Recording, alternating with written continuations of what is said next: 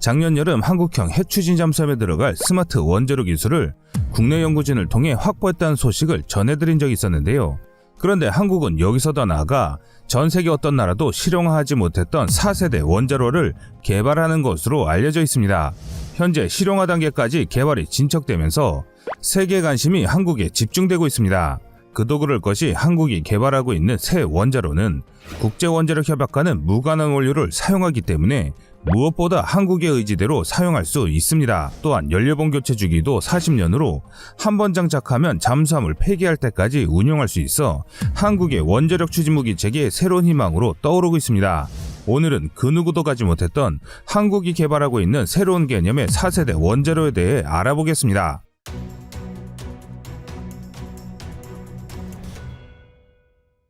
구소련 기술자들은 폭발성이 높은 소듐 대신에 납 비스무트 냉각자를 사용하는 소형 고출력 원자로를 연구하기 시작했으며 이를 탑재한 잠수함을 세계 최초 개발했는데 이 잠수함이 실전 배치되면서 미국은 경악을 금하지 못했습니다.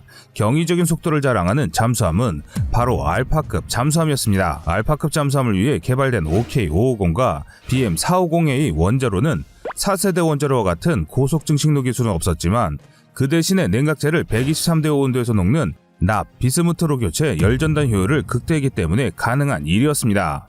구소련은 1950년대부터 다양한 원자력 잠수함을 건조하기 시작했지만 하나같이 소음이 엄청나 서방 해군의 최신 잠수함은 멀리서 탐지할 수 있었습니다. 그리고 미국 해군이 1972년에 등장시킨 마크 48 중어뢰는 무려 45노트의 최대 속도를 자랑해 장거리에서도 충분히 구소련 원자력 잠수함을 격침시킬 수 있었는데요. 그런데 구소련이 새롭게 개발한 잠수함으로 세계 잠수함의 판도가 바뀌게 된 것이죠. 나토 해군이 대잠 훈련을 수행하는 과정에서 서방 소남해들은 새로운 잠수함 소음을 탐지할 수 있었는데요. 그 소음은 상당히 컸기에 서방 해군은 처음에는 놀라지 않았습니다. 원래 구소련의 잠수함은 소리가 컸기 때문이었습니다. 하지만 그 소음원이 수중에서 무려 42노트인 78km의 속도로 움직임은 물론 작전 심도가 1000m에 가까워 서방 해군을 경악시켰습니다. 이는 당시 서방의 기술력으로는 만들 수 없는 잠수함이었기 때문입니다. 당시 기술력으로는 이 잠수함을 격침하기 위해선 자신들이 갖고 있는 어떠한 어뢰로도 그 속도와 심도에 도달할 수 없었기 때문에 사실상 격침이 불가능한 잠수함이 등장한 것이었는데요. 구소련 기술진들이 건조한 알파급 잠수함의 초도함의 진수는 1971년이었으며 시험함의 당시 무려 44.7노트인 83km를 기록하였습니다. 또한 최대 자망 심도는 1200m에 달하였습니다. 이와 비교해 당시 미국 원자력 잠수함의 최대 속도는 35노트 정도에 최대 작전 심도는 350m 수준에 불과했습니다. 이렇게 엄청난 혁신이 가능했던 이유는 납비스무트 냉각제를 사용해 경수로보다 훨씬 효율이 높은 새로운 개념의 원자로를 사용하고 있었기 때문입니다. 이들 원자로는 가압 경수로와 비교해 최적당 훨씬 높은 출력 155MW를 발휘함과 동시에 전달 효율이 높은 납 비스무트 냉각 체제를 통해 수상 배수량이 2310톤에 불과한 잠수함에 무려 47,000마력의 출력을 공급할 수 있게 됐습니다. 이 일을 계기로 세계 군사 강국들은 새로운 원자로 핵추진 잠수함 개발에 박차를 가게 됐습니다. 지난 1월 조선중앙통신은 김정은의 노동당 8차대의 사업총화 보고 보도에서 핵잠수함과 수중발사 핵전략무기 보유에 관한 과업이 상정됐다고 밝혔습니다. 그리고 방공망을 무력할 수 있는 극초음속 무기의 개발도 시사였는데요. 가장 놀라운 소식은 중형잠수함 무장 현대의 목표에 기준을 잡았다는 것입니다. 그전처럼 재래식 구형 무기가 아니라 첨단의 기술이 집약된 무기 체계로 변모하겠다는 것입니다. 즉 이제 북한은 핵추진 잠수함 도입뿐만 아니라 첨단의 극초음속 미사일 개발까지 공식화한 것입니다.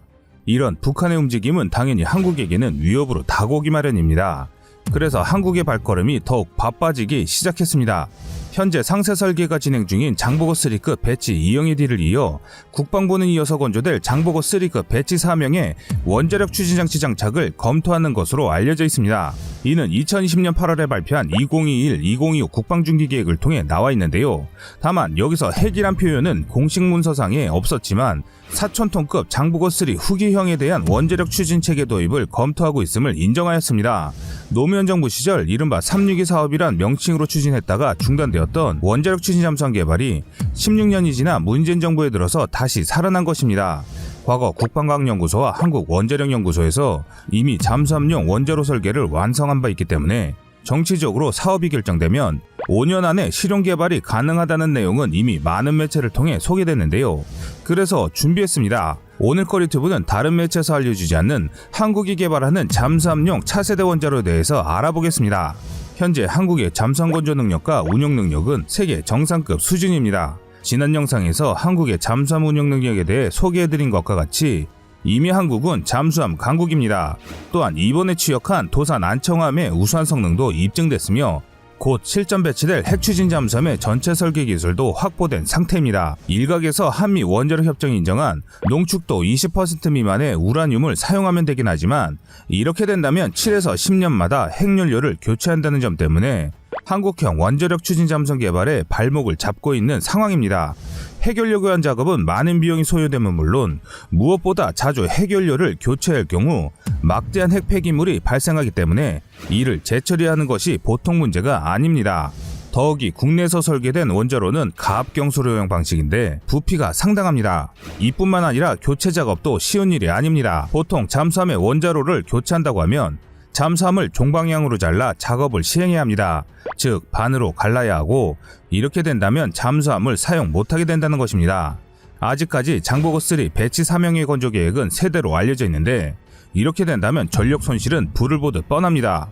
원자로 교체가 단시간에 이루어지지도 않을 뿐더러 새로운 원자로 냉각 체계에서 발생한 소음과 진동을 잡기 위해 상당한 시간이 또 들어가게 됩니다. 쉽게 말해 한국은 원자로를 교체한 경험이 없는 상태에서 실전 투입은 불가능하다는 것입니다. 이런 불안 요소를 제거하는 데 상당한 노하우가 필요하며 이는 다른 나라에서도 알려주지 않는 극비 사항들입니다. 그래서 한국이 핵추진 잠수함을 건조할 수 있음에도 이런 문제로 인해 고심하고 있는 것입니다. 특히나 일본과 중국이 세계적 수준의 대잠전 체계를 구축하고 있는 상황에서 시끄러운 원자력 잠수함은 적이 맞추기 좋은 표적일 뿐입니다. 이런 문제로 인해 그동안 한국은 핵추진 잠수함 개발이 더딘 상황이었습니다. 하지만 우리 국민들의 간절한 염원 덕분일까요? 그동안 우리가 고심했던 문제를 해결해줄 기술을 한국이 개발하고 있습니다. 한국형 원자력 잠수함에 대한 논란이 진행되는 상황에서 2019년 6월 27일 유니스트 울산과학기술원은 초소형 원전연구단 미네르바 출범식을 열고 납 비스무스를 활용한 4세대 소형 원자로를 만들겠다고 밝혔습니다. 미네르바는 그리스 신화의 지혜의 여신인데요. 이 이름에 맞게 국내 우수한 인재들로 구성해 추진하고 있습니다. 경희대와 서울대, 울산대, 카이스트 등 주요 대학을 포함해 무진기현, 스마트파워, 우라너스 등 원전 관련 기업들이 연구단에 참여하고 있습니다.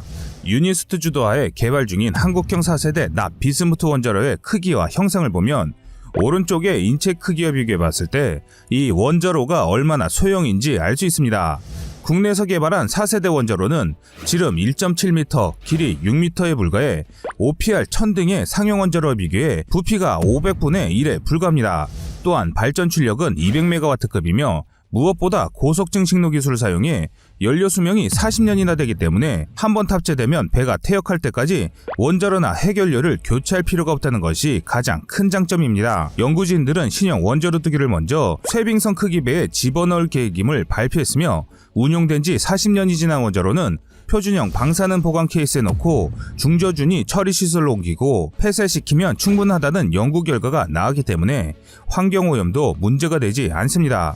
관련 전문가의 말에 따르면 이번에 개발할 소형 원자로는 원자로를 물로 냉각하는 것이 아니라 납과 비스무트를 5대5로 혼합한 액체 금속으로 시킨다며 이 액체 금속은 123도에서 액체가 되고 1700도에서 기체가 되는데 상온에서 물이나 공기가 만나도 반응과 폭발이 없다는 장점이 있다고 설명하였습니다. 이어서 연구팀은 4년 뒤 개념 설계가 완료되면 이후 상용화와 인허가를 위한 상세 개발에 나설 예정이라고 밝혔으며 상용화 시기는 짧게는 7년, 길게는 10년으로 보고 있습니다. 즉 장보고3급 배치 4명의 개발 일정과 맞아떨어진다는 이야기입니다. 현재 모든 국가에서 운영하는 원자력 잠수함은 가압경수로 원자로인데요. 한국은 이와 다른 납 비스무트 원자로로 설계하고 있습니다. 그렇다면 이번에 새로 개발하는 원자로는 어떤 것일까요? 납 비스무트형 4세대 원자로는 한국 이외에 중국과 미국, 유럽 등의 다양한 국가가 개발하고 있습니다. 이 기술은 이미 1970년대 구소련이 실전에서 증명하기도 했습니다. 당시 기술력으로 4세대는 아니지만 비스무트 냉각자를 사용하는 원자로를 알파급 잠수함에 장착해 무려 45노트인 83km의 최대 속도를 자랑하기도 했습니다. 비스무트 4세대 원자로는 한미 원자력 협정을 어기지 않고도 개발이 가능함은 물론 무려 40년의 운용 수명을 자랑합니다. 또한 무엇보다 비스무트 원자로는 현재 원자력 발전소와 원자력 잠수함이 사용하는 경수로와 비교해 소형화가 가능하고 다른 원자로 대비 아주 안전한 것으로 알려지고 있습니다. 이 모든 것을 종합해보면 한국이 생각하는 중형 잠수함의 모든 조건이 안성 맞춤이란 것이죠. 하지만 순조롭게 진행될 것 같던 4세대 원자로 개발이 새로운 난관에 봉착하면서 한국의 원자로 개발은 큰 위기를 겪게 됐습니다. 한국형 원자로 연구팀은 이 문제를 반드시 해결하지 못하면 한국이 그토록 염원하던 원자력 추진 잠수함은 요원해지는 기로에 서게 됐습니다. 현재 사용 중인 경수로 원자로는 냉각제로 경수라고 하는 물을 사용하는데 물은 100도에서 끓어오르면서 기화됩니다. 이렇게 낮은 온도에서 끓어오르기 때문에 냉각 효율이 떨어지면 물론 원자로에 열을 제대로 전달하지 못해 운용 효율면에서도 문제가 많습니다. 그래서 경수로는 물이 끓어오는 것을 최대한 막고자 150기압에 달하는 강한 압력을 가해주고 있는데요. 문제는 배관이나 기타 구조물에서 문제가 발생할 경우 가압된 수증기가 새어나면서 주변을 방사능으로 오염시킬 수 있다는 것입니다. 이와 비교해 비스무트 원자로는 원자로를 식히는 냉각제로 물이 아닌 액체로 된 금속인 납과 비스무트 합금을 사용합니다. 납비스무트를 혼합시키는 것은 납의 녹는점이 327도인 것과 비교해 납비스무트 합금은 123도에 불과해 손쉽게 액화시킬 수 있기 때문인데요. 납비스무트의 장점으로 꼽히는 것은 경수보다 훨씬 에너지 전달 효율이 높아 원자로 냉각이 용이함은 물론 원자로에서 발생하는 열을 보다 효과적으로 운반함으로 에너지 전달 효율이 아주 높다는 것인데요. 특히나 만약 원자로 체계에 문제가 발생하면 납비스무트 냉각 체계에 가해지는 열을 끊어버리면 곧바로 납이 굳어지면서 원자로를 완전히 납으로 덮어버리게 되는데 이 방법이 가장 효과적인 이유가 납은 방사능 차단 재료이기 때문입니다. 설사 원자로 사고가 발생해도 탑재한 선박만 격리시키면 주변 오염 없이 차단이 가능하다는 뜻입니다. 이와 비교해 경수로는 원자로에 문제가 생길 경우 원자로를 멈추기 쉽지 않으며 가압된 방사능 증기가 상당히 먼 거리까지 퍼지기 때문에 이를 방지하고자 대형 콘크리트 보호 구조물로 보호하고 있는 것입니다. 이런 첨단의 4세대 원자로를 개발해 한국은 그동안 고심했던 원자로에 대한 문제를 해결하게 됐습니다. 하지만 4세대 원자로를 개발하기 위해선 넘어야 할 산이 있는 상황입니다. 납비스무트 액체 금속은 123도에서 액체가 되고 1700도에서 기체가 되는데 상온에서 물이나 공기와 만나도 반응과 폭발이 없다는 장점이 있습니다. 이것이 갖는 의미는 특별합니다. 이는 현재 국제적으로 널리 연구 중인 소듐 원자로와 같은 문제가 없음을 의미합니다. 한편 세계 군사 강국들은 보다 빨리 보다 깊은 곳까지 자망할 수 있는 잠수함 개발에 열을 올리고 있습니다. 그 결과물로 원자력 추진 잠수함이라는 엄청난 전략 무기가 탄생하게 됐습니다. 하지만 이 원자력 추진 잠수함의 동력원인 원자로의 기술 부족으로 많은 사고가 발생하게 됐는데요. 그중 1950년대부터 가압 경수로 원자로의 낮은 냉각과 열 전달 효율 문제에 대응해 많은 국가들이 영어로는 소듐, 독일어로는 나트륨을 사용하는 원자로를 개발하였습니다. 소듐 금속은 소금인 염화나트륨에서 손쉽게 확보할 수 있는데요. 97.9도의 온도에서 녹아 액체가 되지만 기화점은 877.5도나 되기 때문에 기화를 방지하고자 가압할 필요가 없습니다. 무엇보다 냉각 효율과 열 전달 효율이 경수로의 2배 이상에 달하며 고속 중성자를 흡수하지도 않습니다.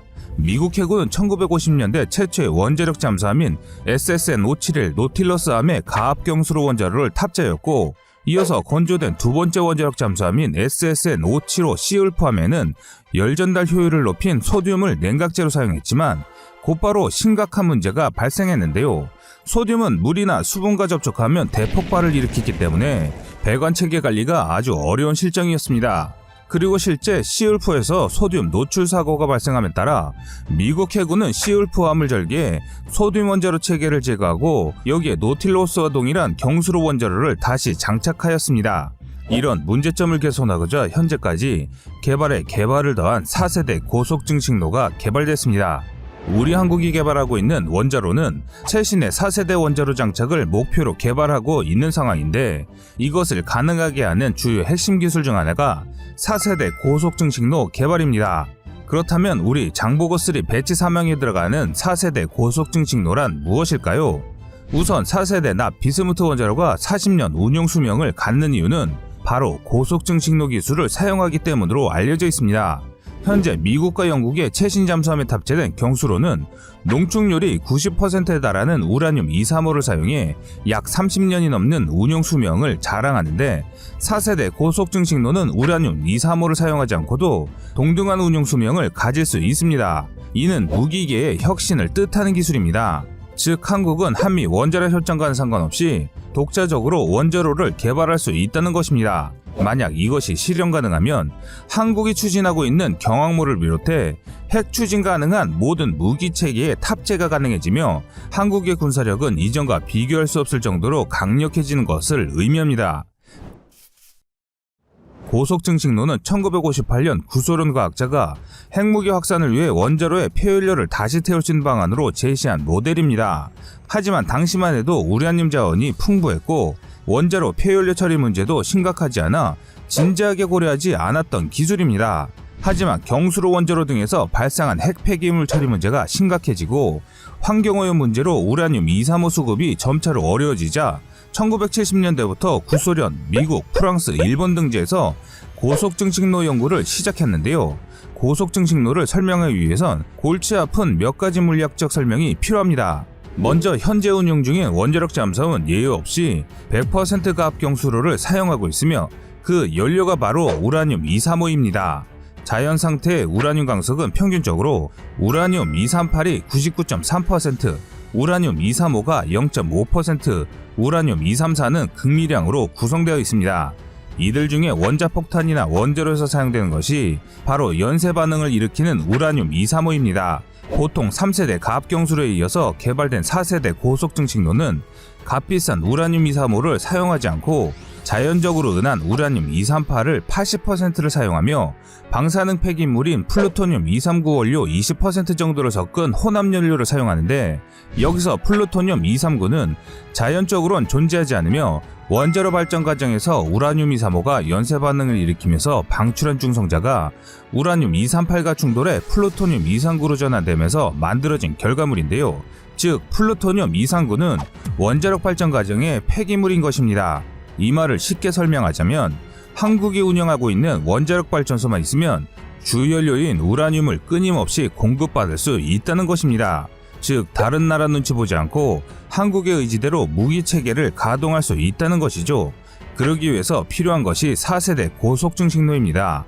고속증식로의 역할이 중요한 이유는 특수한 장비로 고속중성자를 발사해 먼저 플루토늄 239와 충돌시키면 열과 함께 중성자를 방출하며 이때 방출된 중성자가 우라늄 238과 결합해 플루토늄 239로 변환됩니다.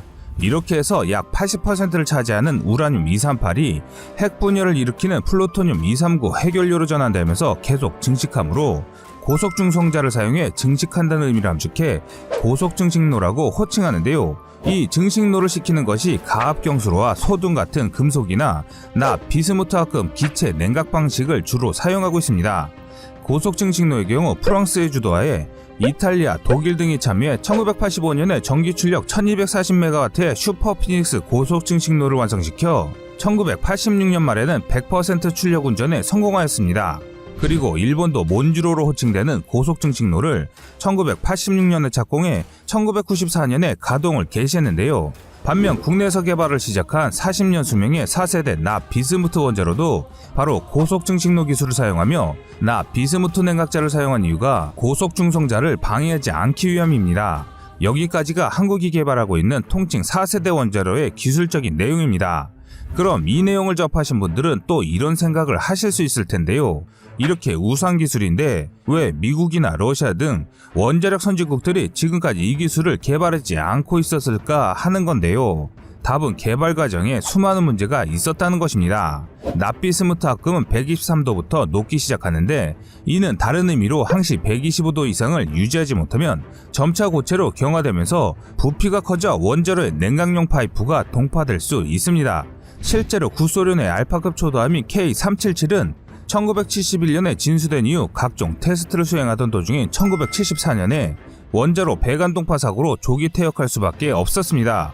구소련은 기술력을 축적해 1974년부터 9년간 6척의 알파급을 연속으로 건조해 한동안 미국과 나토 해군을 패닉에 빠뜨렸지만 그 수명은 길지 않았다는 것이죠. 초도함이 사고를 일으킨 것 외에 1979년에 진수된 이번 함이 K316도 대서양에서 1차 나피스무트 냉각계통이 동파되어 9년간 수리했지만 결국 1995년 해체가 결정되었고, 나머지 5척의 잠수함도 지속적으로 냉각계통 문제에 시달렸고, 구소련 기술자들은 원자로 점검 및 수리 단계에서 나피스무트 냉각 체계가 동파되지 않도록 별도의 가열 시스템을 개발했지만 역시나 자주 사고가 발생했습니다. 그 결과 알파급 5척은 1990년에서 1993년 사이에 연차적으로 퇴역하였습니다. 즉, 나피스무트 냉각 체계는 아주 우수한 효율을 가지지만 아직 이를 제대로 개발 완료한 국가는 없다는 것입니다.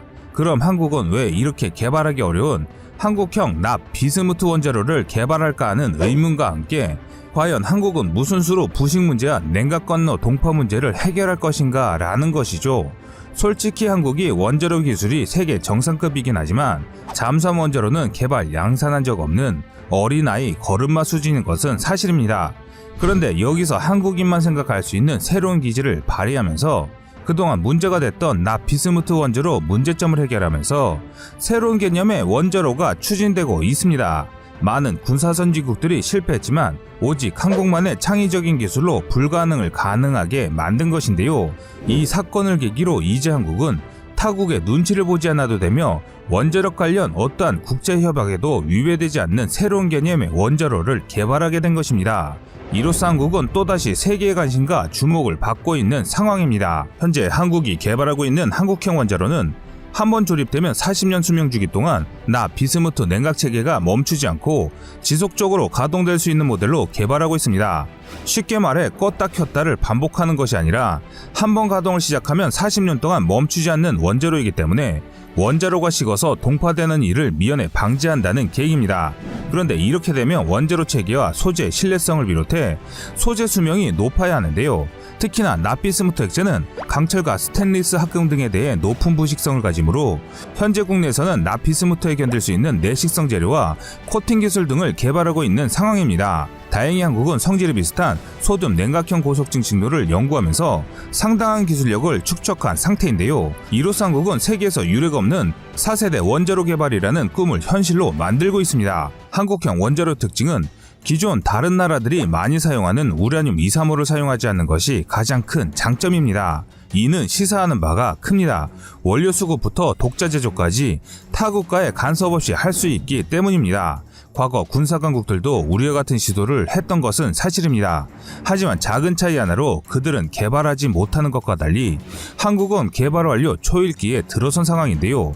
구소련과 미국, 유럽 모두 제한된 자원인 우라늄 235를 대체하고자 앞서 언급했듯 플루토늄 239 원료 20%와 우라늄 238 원료 80%로 구성되어 지속적으로 플루토늄 239가 증식되는 고속증식로를 개발하기 시작했습니다. 구체적으로 1970년대 이후부터 구소련의 BR5, BN350, BN600 고속증식로, 영국의 DFR, 미국의 EBR2, 프랑스의 랩소디, 피닉스, 슈퍼피닉스, 일본의 몬주 같은 수많은 고속증식로가 개발되었습니다. 하지만 그 어떤 것도 상업화 단계에 도달하지 못함은 물론 냉각제로 사용되는 소듐 누수 문제로 운영을 중단한 사례가 비일비재합니다. 현재는 2001년부터 미국, 프랑스, 한국 등 세계 13국이 소듐 냉각형 고속증식로 방식의 4세대 원자로 개발 사업을 시작했지만 아직까지 실용화 단계에 도달하지 못했습니다. 일본은 1986년에 착공을 시작해 1994년에 가동을 개시했지만 운용 1년 뒤인 1995년 12월에 냉각제로 사용하는 액체 소듐 640kg이 누출되면서 대폭발과 화재가 발생하였으며 그 해 무려 15년 동안 가동이 중단되었는데 하나하나 장비를 복구해 2010년에 재가동을 개시했지만 다시 3개월 만에 연료봉 교체 장치가 고장을 일으켜 가동을 멈춰야만 했습니다. 결국 일본은 몬주 고속증식로 사업에 무려 18조 원의 비용을 투입했지만 뭐 하나 얻은 것 없이 엄청난 방사능 폐기물만 남기고 사업은 대실패로 돌아갔습니다. 한편 유럽에서도 이런 개발은 이어져 왔는데요. 프랑스는 독일과 이탈리아와 협력해 1985년에 고속중식로 슈퍼피닉스를 완성시켜 1986년 말에는 100% 출력에 도달하였습니다. 그 후 11년간 전력을 생산하면서 다양한 연구가 진행되었지만 결국 실용화 단계에 도달하지 못했습니다.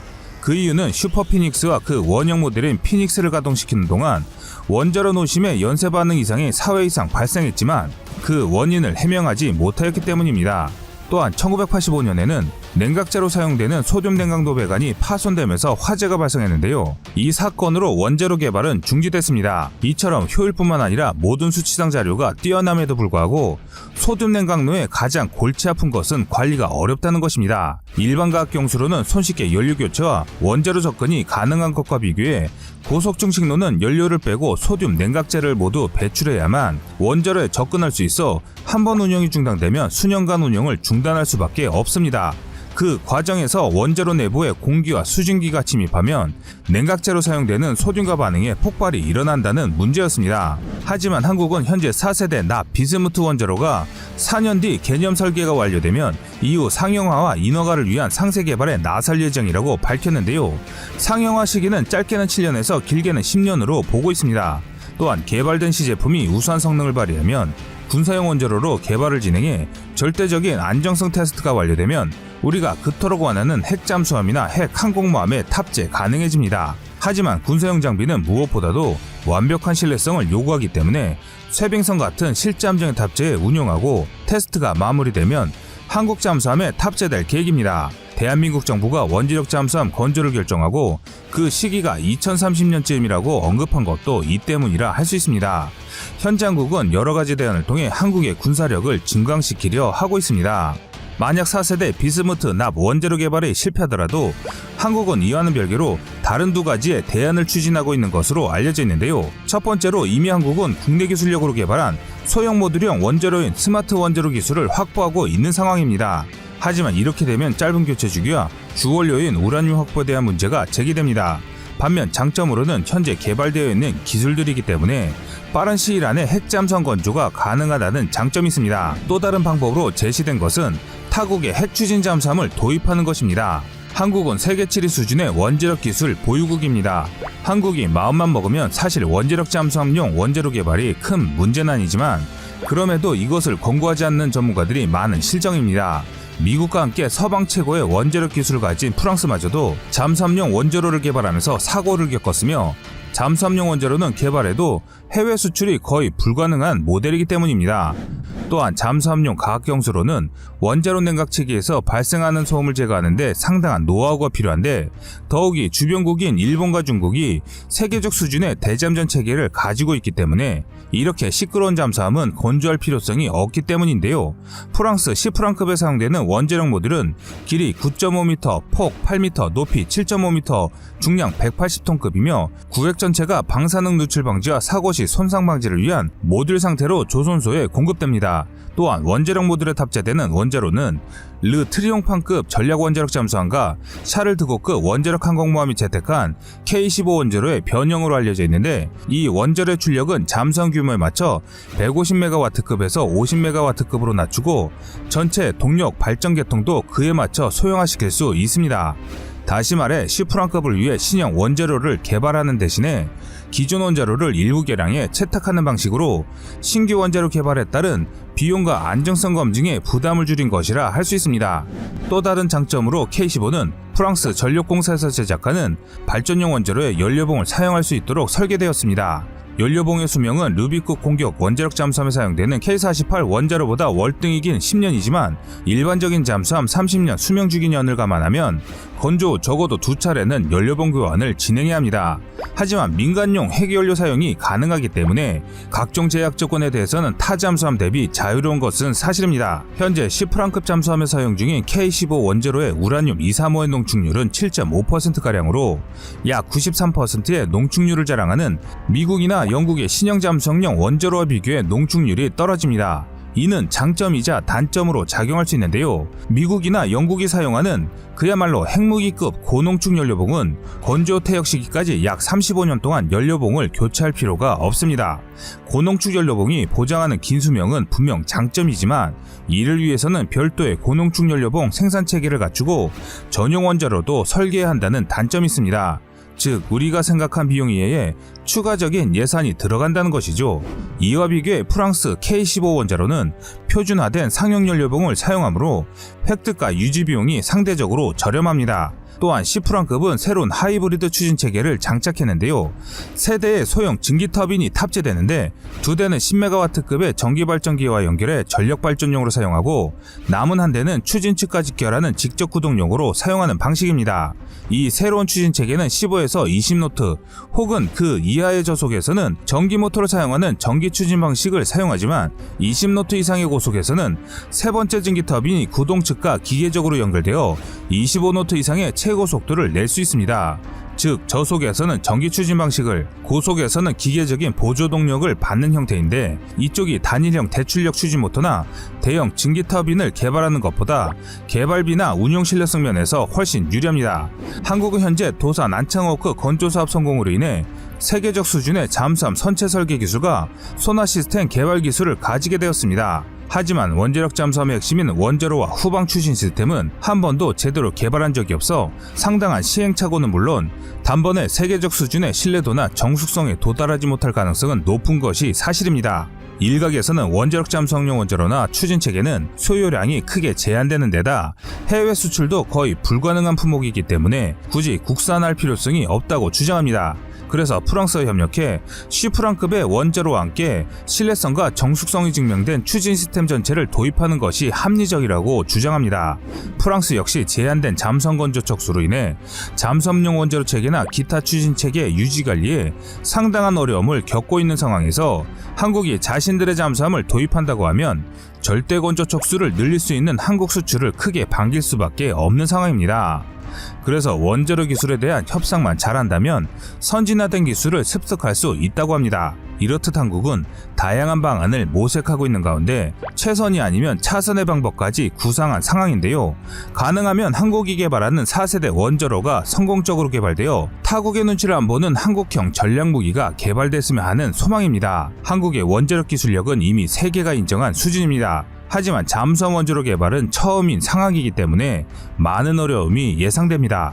주변국의 정세가 심상치 않은 상황에서 한국의 군사력이 올바르게 증강될 수 있는 방향으로 진행되길 우리 대한민국 국민들의 응원이 필요한 시기입니다. 한국의 새로운 원자로의 성공적인 개발을 기원하겠습니다. 시청자님들의 현명한 선택을 댓글로 남겨주시기 바랍니다. 여러분들의 좋은 의견이 좋은 영상을 만드는데 많은 힘이 됩니다. 이상 꺼리투브였습니다.